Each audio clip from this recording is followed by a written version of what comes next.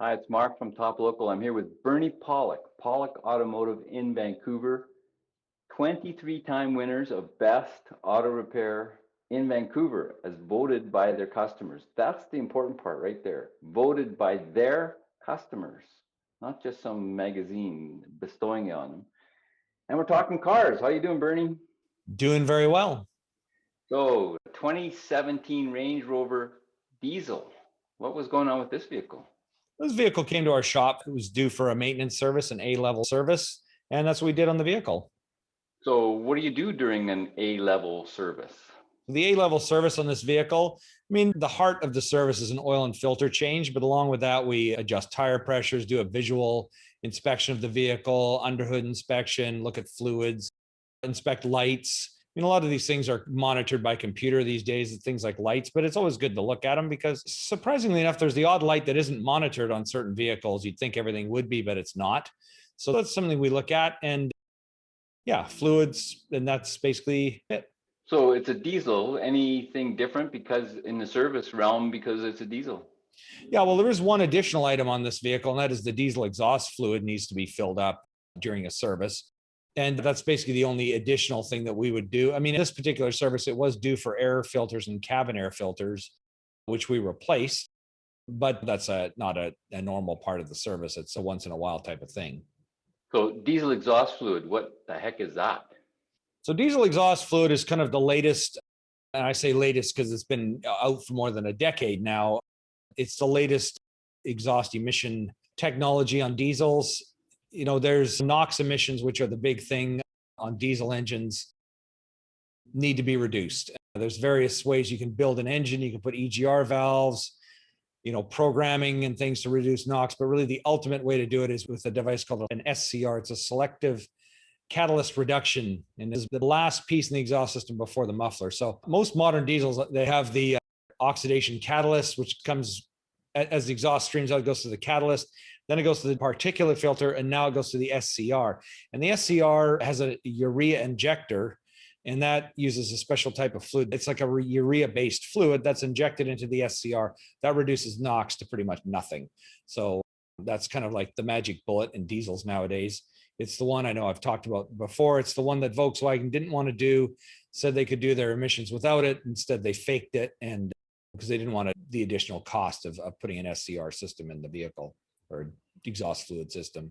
$18 billion later, they learned their lesson. Yeah, it would have been cheaper just to charge a little more money for the cars and be honest with people. But, you know, it's just getting off on Volkswagen. I mean, it's caused them to invest in electric technology. And I think they're going to be one of the winners in terms of that. So in a way, it's bad and good. And I'm just going to share a couple of photos real quick. We're going to take a picture of the engine on this thing, but there's, you know, a nice little picture of the name badge on the back of the vehicle, and always beautiful looking Range Rover to me, always a beautiful style, good looking vehicle.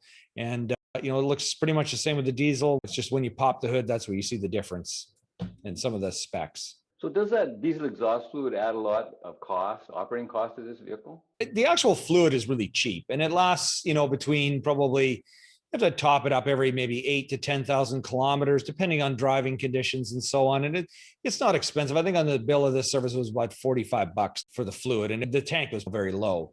So it's not a huge cost over that period of time. It's not like fuel. It's marginal. It's maybe a few cents on a liter of fuel for the amount that's used. So it's really very little. But where the cost does come in is when things start to break down, when things get old. It's a complicated system. The fluid freezes very easily, so it has to be kept warm. So it's got a very complex system. It's got a tank, it's got a heater, it's got a pump, you know, obviously computer controls and an injector nozzle and piping. So there's a lot of bits and pieces that go wrong, and they do eventually. So this is a young vehicle. It's only 4 years old. It's got, you know, 50,000 kilometers, not much going on with it yet, but given another 5 years, something in the system may fail, and it's expensive to fix. What are some of the other maintenance requirements for this 3-liter diesel? So fuel filters are one of them. Those are things you won't find on the gasoline engine. Of course, I mentioned air, the engine air and the cabin air filter, but the fuel filter is one of them. And then the only other thing that's interesting on this engine is it has a timing belt, which is unusual for a modern engine. Most, you know, late model vehicles don't have timing belts anymore, but this one does. There hasn't been a Range Rover or Land Rover product in quite some time that's had a timing belt, at least in North America, but this one does. So that's the one other unusual maintenance requirement.